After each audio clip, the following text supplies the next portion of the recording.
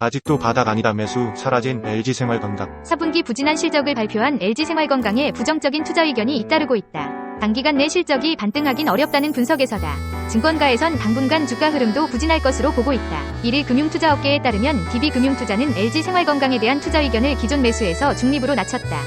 한국투자증권, 이베스트투자증권도 투자 의견 중립을 유지했다. 상상인증권은 투자 의견은 매수로 유지했으나 목표 주가를 55만원에서 49만원으로 조정했다. 증권가 눈높이가 낮아진 배경엔 부진한 실적이 있다. LG생활건강의 작년 4분기 영업이익은 전년 동기 대비 57.6% 줄어든 547억 원이었다. 매출은 13.3% 감소한 1조 5,672억 원을 기록했다. 4분기 순손실 규모는 1,204억 원에 달했다. 뷰티, 생활용품, 식음료 매출이 모두 줄었다.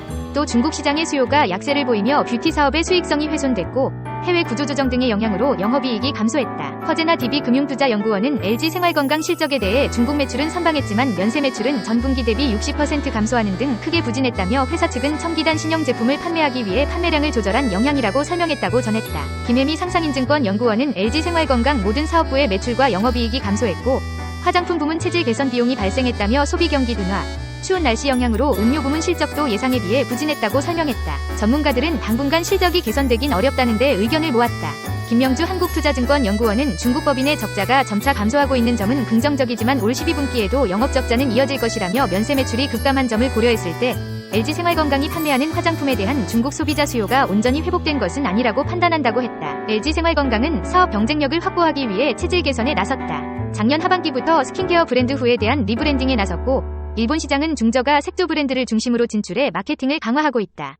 미국에서는 방문 판매 중심이었던 에이본 사업을 효율화하고 멀티브랜드숍 채널 위주로 중저가 브랜드인 더페이스샵과 빌리프의 진출을 확대할 계획이다. 허재나 연구원은 중장기적인 관점에서 비효율적인 채널을 정리하고 성장성이 큰 지역의 매출을 늘리려고 노력하는 점은 긍정적이라면서도 이 과정에서 비용이 늘어나며 수익성은 둔화할 것으로 예상되고 체질 개선 효과가 가시화될 때까지 주가 흐름을 부진할 것이라며 보수적인 접근을 권했다. NH투자증권은 포스코 인터내셔널에 대해 에너지 사업과 구동 모터코아가 성장을 주도하고 있다고 평가했다. 투자 의견은 매수, 목표가는 7만원으로 하향했다. 김동양 NH투자증권연구원은 1일 보고서에서 에너지 사업 투자 본격화로 LNG 풀밸류체인 시너지가 확대되고 있다며 이같이 밝혔다.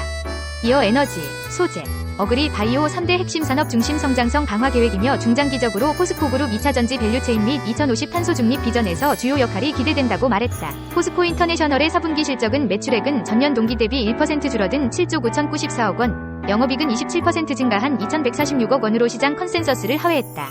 에너지 사업 영업이익은 3% 증가한 1,355억 원으로 발전 및 LNG 사업 통한 수익성 개선에도 운영비가 증가했다. 미얀마가스전은 전년비 29% 줄어든 553억 원으로 판매량 및 투자비 회수 감소로 약세를 보였다.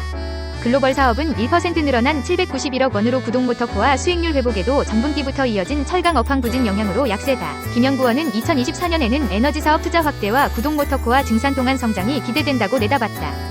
포스코 인터내셔널은 LNG 풀밸류체인 시너지 및 친환경 사업 동안 성장이 진행 중이며 에너지 사업 투자 확대로 LNG 및 친환경 강화한다는 계획이다. 그는 올해는 자원개발 및 LNG 터미널 중심의 에너지 사업 투자 확대, 수주장부 바탕으로 한 구동모터코아 생산 증가 동안 성장이 기대된다며 흑연 등 2차 전지 소재 및 원료 공급 고도화도 진행 중이라 말했다. KB증권이 1일 넥센타이어에 대해 투자 의견 보유와 목표 주가 8,900원을 유지했다. 양호한 이익 창출에도 불구하고 그간 영업이익 증가의 최대 동력이었던 마진 확대 효과가 정점을 통과하고 있는 것으로 보면서 투자 의견을 유지했다. 강성진 KB증권연구원은 지난해 4분기 넥센타이어의 영업이익은 전년 동기 대비 486.7% 늘어난 639억 원을 기록해 시장 컨센서스를 7.2% 밑돌고 KB증권의 기존 전망을 39.5% 상회했다고 했다. 이어 앞서 지난해 3분기 부타디엔, 천연고무 등 주요 원재료 가격이 전년 동기 대비 23.9%, 6.3% 하락했고 지난해 3분기의 낮은 원재료 가격이 지난해 4분기 원재료비에 반영되면서 지난해 4분기 타이어 본당 변동비가 KB증권 기존 예상보다 2.1% 낮은 4213원을 기록한 것으로 추정된다고 설명했다.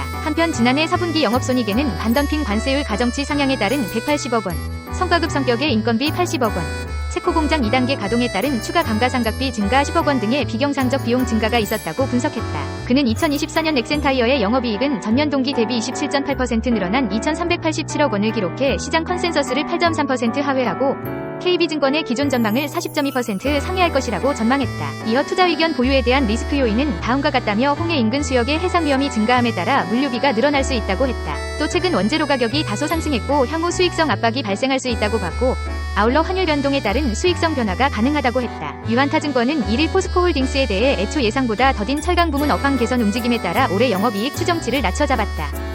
투자 의견은 매수, 목표가는 기존 66만원에서 59만원으로 10.6% 하향했다. 전 거래일 종가는 42만 6천원이다. 이현수 유한타증권 연구원은 올해 포스코홀딩스의 철강 부문 실적은 상반기보다는 하반기를 기대할 수 있다며 이에 따라 영업이익 추정치를 하향한 점을 반영해 목표 주가를 66만원에서 59만원으로 조정했다고 말했다. 포스코홀딩스의 지난해 4분기 매출액과 영업이익은 각각 18조 7천억원, 3,040억원으로 시장 기대치를 밑돌았다.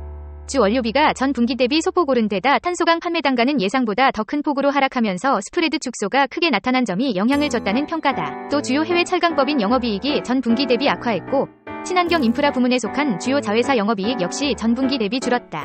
친환경 미래소재 부문은 2차 전지 소재 가격 하락으로 재고자산 평가 손실이 크게 반영됐다. 이 연구원은 올해 1분기에도 철강 부문의 주원료비 부담이 증가하리라고 내다봤다. 이 연구원은 올해 들어 중국 철강 제품 가격 상승세가 주춤하고 국내외 수요가 부진해 원가 상승분 이상의 제품 판매 가격 인상이 가능할지는 지켜볼 필요가 있다고 설명했다. 또 이달 말부터 6월 말까지 포항사고로 개수가 예정돼 있어 상반기 생산 판매에 일부 영향을 미칠 것으로 추정된다면서도 2분기 차 강판, 조선용 부판 등 가격 협상에 따라 스프레드 개선이 가능하리라고 전망되며 하반기엔 물량 정상화에 대한 부분도 기대할 수 있다고 말했다. 포스코홀딩스는 글로벌 전기차 수요 증가세 둔화에 대한 우려가 존재하는 상황에서도 2차 전지 소재 투자는 예정대로 진행한다는 방침이다. 다만 이 연구원은 현재 투자가 진행 중인 사업이 아닌 중장기 계획은 추후 시장 상황에 따라 일부 수정 가능성도 있다고 봤다. 신한투자증권이 LG생활건강에 대한 투자 의견을 단기 매매로 유지하고 목표 주가를 34만원에서 29만원으로 하향 조정했다.